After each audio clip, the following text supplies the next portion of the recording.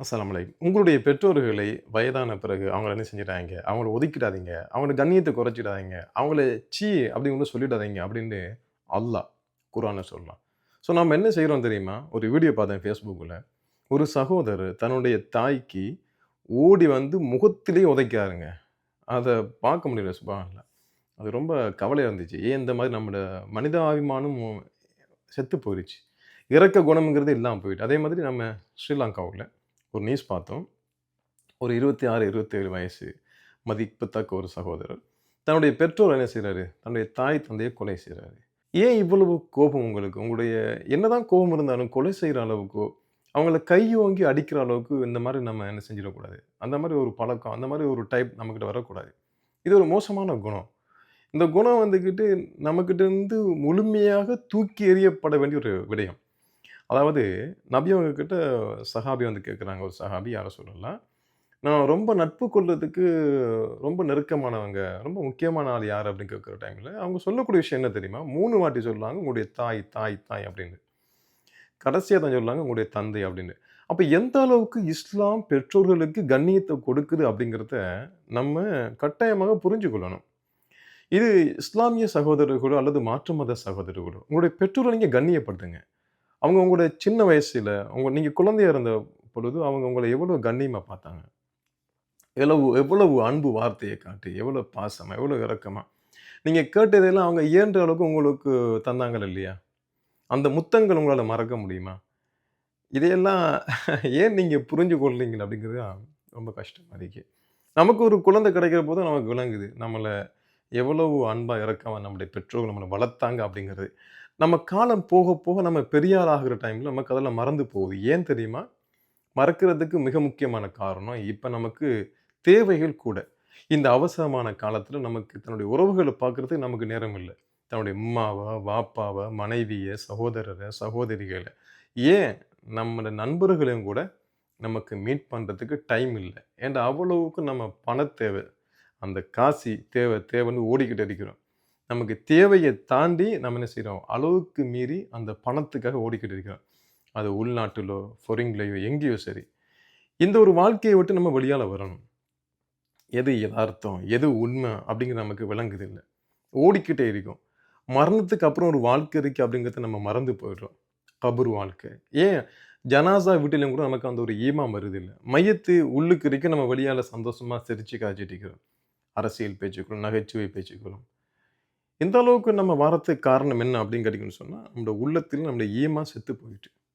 நானும் உட்பட. நம்ம நம்ம பேசுற எல்லாருக்கும் பொதுவா தான் பேசுறோம். ஸோ நம்மலாம் மனிதர்கள். நம்ம தப்பு, தவறு செய்வோம். அதனால நான் இப்படித்தான் என்னால எதுவுமே பண்ண முடியல. நான் ஒரு பாவி ஆயிட்டேன். எந்த பாவத்துக்கெல்லாம் மன்னிப்பு கிடையாது. அந்த மாரி நீங்க செஞ்சுட்டாய்ங்க. பின் வாங்கிடாங்க. இதே ஷைத்தானுடைய ஒரு தூண்டுதல். இந்த மாரி ஒரு எண்ணத்த கொண்டு வருது. இறைவன் பாவங்கள மன்னிக்கக்கூடியவன். அவன்கிட்ட நீங்க கைய ஏந்தி அல்லாஹ்விடத்துல கேளுங்க. இந்த மாரி நான் தப்பு பண்ணிட்டேன் மன்னிச்சிடு யா அல்லாஹ். திருந்தி வாழுங்க. உங்களுடைய பெற்றோருக்கு நீங்க அவங்களுக்கு ரொம்ப அநியாயம் செஞ்சிருப்பீங்க. கை ஓங்கியிருப்பீங்க. ஏதோ ஒரு வகையில நீங்க கோபத்த கட்டுப்படுத்த முடியாம அடிச்சிருப்பீங்க. வீட்ட விட்டு விரசியிருப்பீங்க. ஸோ துரத்திருப்பீங்க, விரசியிருப்பீங்க இல்லையா? ஸோ எல்லாமே நடந்திருக்கும் உங்களோட லைஃப்ல. அவங்க கிட்ட மன்னிப்பு கேளுங்க. வெட்கப்படாதீங்க. உங்க அம்மா, அப்பா கூச்சப்படாதீங்க. ஏன் நெறைய பேரு என்ன செய்றாங்க, திருமணம் முடிச்ச அப்புறம் தன்னுடைய பெற்றோர்கள், தன்னுடைய அம்மா, அப்பா வீட்டை விட்டே துரத்தி விடுறாங்க. ஒரு வாடகை வீட்ட பிள்ளைகள் என்ன செய்யுது, அந்த பிள்ளைகளே வாங்கி கொடுக்குது. வாடகை வீட்ல இருங்க, இங்க இருங்க அப்படின்னு. வாடகை வீட்ல இருந்து அவங்களுக்கு எப்படி சந்தோஷமா இருக்க முடியும்?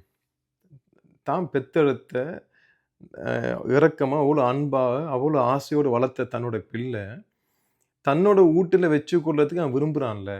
அவ எவ்வளோ ஒரு ஒரு பெயினான, ஒரு வலி நிறைந்த ஒரு செயல் இது. இந்த செயல் எப்படி உங்களால இந்த மாரி செய்ய முடியுது? நான் எல்லாரையும் சொல்லல. இப்ப சமூகத்தில இது அணு அணுவா அந்த விஷயம் நடந்துகிட்டு இருக்கு. பெற்றோர்கள மதிக்காத விஷயங்கள், தூசணம் சொல்லி ஏசுறது, வீட்ட விட்டு விரசுறது. பெற்றோர்கள் வீட்ட வந்து ஒரு வேலைக்காரி என்று சொல்லாம வேலை வாங்குறோம். அவங்கள எந்த அளவுக்கு வேலை வாங்க இயலுமோ, அந்த அளவுக்கு வேலை வாங்குறது. எல்லாத்துக்குமே அம்மா, அம்மா, அம்மா, அம்மா.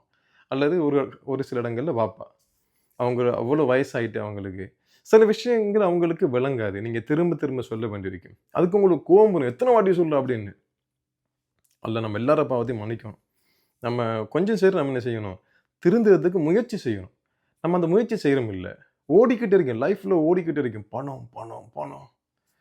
பணம் வாழ்க்கைக்கு வேணும் தான், இல்லன்னு சொல்லல. ஆனா பணம் தான் வாழ்க்கையான்னு பார்த்தா இல்ல. அததான் நம்ம அந்த டிஃபரெண்ட் விளங்காம தான் நம்ம ஓடிக்கிட்டு இருக்கிறோம். விடிய எழும்பினாலே நம்மோட லைஃப் ஓடிக்கிட்டே இருக்குங்க. அந்த காலத்தில பாருங்க, ஒரு குறிப்பிட்ட காலத்துக்கு முதல்ல எல்லாம், அந்த விளக்குகள் இருந்த காலத்திலே எல்லாம், கரண்ட் இல்லாத காலத்திலே எல்லாம், எவ்வளோ சந்தோஷம், எவ்வளோ ஒத்துமை, எல்லாரும் எவ்வளோ ஒரு கூட்டு குடும்பமா எல்லாருமே ஒண்ணா இருந்து சாப்பிடுவோம். நம்முடைய சந்தோஷங்கள், நம்முடைய அன்ப பகிர்ந்து கொள்வோம். அதெல்லாம் இப்ப இல்லையே! எவ்வளோ அந்த அன்ப சொல்ல இயலா. அவ்வளோ ஒரு உண்மையான ஒரு அன்பு, உணர்வு பூர்வமான ஒரு அன்பு இருந்துச்சு. எப்ப? ஒரு காலத்தில. ஆனா இப்ப அந்த அன்பு, உண்மையான அன்பு இப்ப எல்லார்கிட்டயும் இருக்கான்னு பார்த்தா இல்ல. ஒரு சிலவங்ககிட்ட இருக்கே தவிர, பெரும்பான்மையா உண்மையாக அன்பா இருக்கிற விஷயங்கள் எல்லாம் இல்லாம போயிட்டு. ஸோ அதனால எது என்னதான் உங்க லைஃப்ல நடந்தாலும் கூட, நீங்க என்னதான் கஷ்டமான நிலைக்கு போனாலும் கூட, உங்களுடைய பெற்றோர்கள நீங்க என்ன செஞ்சிடாதீங்க. இழிவா பேசாதீங்க. அவங்க கிட்ட கண்ணியமா நடந்து கொள்ளுங்க. அவங்களோட அன்பா பேசுங்க. அவங்க யார்கிட்ட அவங்களோட கவலைகள ஷேர் பண்றாங்க. நீங்க யோசிச்சு பாருங்க. உங்க லைஃப்ல நீங்க எத்தனை விஷயங்கள உங்களோட ஒய்ஃப் கிட்ட, உங்களோட ஹஸ்பண்ட் கிட்ட நீங்க ஷேர் பண்றீங்க. உங்களோட லைஃப்ல நடந்த விஷயங்களை எல்லாம். உங்களுடைய பெற்றோர்கள் இருப்பாங்க. ஒருவர் இறந்திருக்கலாம். ஒருவர் உயிரோடு இருக்கலாம். ஒண்ணு உம்மா இருக்கும். இல்லாட்டி வாப்பா, அம்மாவ இருக்கும். அல்லது வாப்பா இருக்கும், உம்மா, அம்மாவ இருக்கும். அவங்க யார்கிட்ட ஷேர் பண்றது தெரியுமா? அவங்க யார்கிட்ட ஷேர் பண்ண முடியும்? அவங்க உங்ககிட்ட ஷேர் பண்ண வரதுக்கு நீங்க அந்த இடம் குடுக்குறீங்கல்ல. அந்த ஸ்பேஸ் குடுக்குறல்ல. உங்களுக்கு உங்களோட அம்மா, அப்பாட்ட இருந்து பேசுறதுக்கு டைம் இல்ல. ஒரு 1 ஹவர் ஒரு நாளைக்கு உங்களால உங்களோட அம்மா, அப்பாவுக்கு குடுக்க இயலாதா? எதுக்கெல்லாம் நீங்க செலவழிக்கிறீங்க? ஒரு படம் பார்க்குறதுக்கு 3 ஹவர் டைம் ஸ்பெண்ட் பண்றீங்க. ஃப்ரெண்ட்ஸோட பீச்ல இருந்து ஜாலியா பேசுறதுக்கு எத்தனையோ ஹவர் ஸ்பெண்ட் பண்றீங்க. ட்ரிப் போறேன், பயணம் போறேன் அப்படின்னு உங்களோட ஃபேமிலிக்காக நீங்க உங்களோட மனைவி, பிள்ளைகளுக்கு இவ்வளோ டைம் ஸ்பெண்ட் பண்றீங்க. உங்கள பெத்தெடுத்த தாய், தந்தை அவங்களுக்கு நீங்க ஒரு டைம் ஸ்பெண்ட் பண்றீங்க இல்லையே? ஏன்? உங்களோட பிள்ளைகள் சந்தோஷமா இருக்க நீங்க எவ்வளோ டைம் ஸ்பெண்ட் பண்றீங்க? அவங்க ஒவ்வொரு விஷயத்த நீங்க நோட் பண்றீங்க தானே!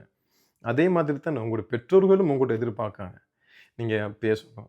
உங்களோட பிள்ளை உங்களோட வாப்பா, அம்மா அப்படின்னு சந்தோஷமா வந்து பேசக்கூட, எவ்வளோ உங்களுக்கு சந்தோஷமா, மன நிம்மதியா இருக்கு. அதே மாதிரி தான் உங்களோட பெற்றோர்களும் உங்ககிட்ட எதிர்பார்ப்பாங்க. ஸோ, அதனால நம்ம சொல்ல வந்த விஷயம் என்ன அப்படின்னு கேட்டீங்கன்னு சொன்னா, பெற்றோர்கள் தான். தன்னோட அம்மா, அப்பாவ கண்ணியமா நடத்துங்க. வயசான காலத்தில அவங்கள ஒதுக்கிடாதீங்க. எவ்வளவுக்கு அன்பு கொடுக்கலுமோ, அவ்வளவுக்கு அன்ப கொடுங்க. அவங்க உங்கள திட்டினாலும் சரி, அத சகிச்சு கொள்ளுங்க. பொறுமையா எடுத்துக்கொள்ளுங்க. "எந்த அம்மா தானே, எந்த வாப்பா தானே." அவங்க நம்ம நல்லதுக்கு தான் இது சரி சொல்லுவாங்க. நம்ம நல்லதுக்கு தான் கோவப்பட்டுக்கிறாங்க. அந்த மாதிரி மனச நீங்க என்ன செஞ்சு கொள்ளுங்க. நீங்க அண்டர்ஸ்டாண்ட் பண்ணிக்கொள்ளுங்க. உங்களோட மனச நீங்க என்ன செய்யணும்? உங்களுடைய மனச ஒரு பொறுமையான ஒரு வட்டத்துக்குள்ள நீங்க என்ன செய்யணும்? கட்டுப்படுத்தணும். பொறுமை தான் முக்கியம். கோபம் வர டைம்ல கட்டுப்படுத்துங்க.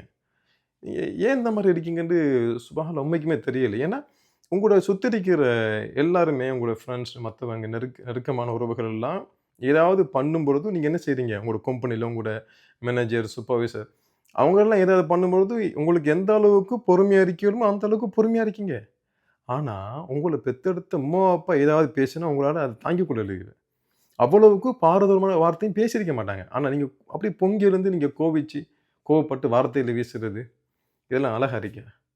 அல்லாஹ் நம்ம எல்லாருமே பாதுகாக்கணும். நம்ம செஞ்ச எல்லார் பாவத்தையும் அல்லாஹ் மன்னிக்கணும். அதனால அல்லாஹ் சொல்ற வார்த்தைக்கு நம்ம என்ன செய்யணும்? கட்டுப்படணும். பெற்றோர்கள வயதான டைம்ல நம்ம அவங்கள கண்ணியப்படுத்தணும். அவங்கள வீட்ட விட்டு வர சொல்றதோ, அவங்கள ச்சீ அப்படின்னு சொல்றதோ, அவங்களோட மலஜலம் அவங்க கழிச்சாலும் கூட என்ன செய்யக்கூடாது? ச்சீ என்ன இப்படி? அந்த மாரிலாம் நினைக்கக்கூடாது. ஏன்னா உங்கள எவ்வளோ கண்ணியமா நடத்துனாங்க. நீங்க சின்ன குழந்தை இருக்கிற டைம்ல. அவங்கள நீங்க சந்தோஷமா என்ன செய்யுங்க? சந்தோஷமா அவங்களுடைய கழிவுகள நீங்க அகற்றுங்க. துப்புரவு செய்யுங்க. அவங்கள கண்ணியமா வச்சுக்கொள்ளுங்க. அழகான ஆடைய வாங்கி கொடுங்க. நறுமணங்கள் வாங்கி கொடுங்க. சந்தோஷமா வச்சுக்கொள்ளுங்க. இன்ஷா அல்லாஹ் எல்லாமே உங்க லைஃப்ல நீங்க அப்படி ஒரு திருப்தி, அப்படி ஒரு சந்தோஷத்த நீங்க அனுபவிச்சுக் கொள்ளுவீங்க. அல்லாஹ் நம்ம எல்லாரையும் பாதுகாக்கணும், மன்னிக்கணும். ஜஸாக்கமுல்லாஹ் ஹைர். அஸ்ஸலாமு அலைக்கும் வரஹ்மத்துல்லாஹி வபரகாத்துஹு.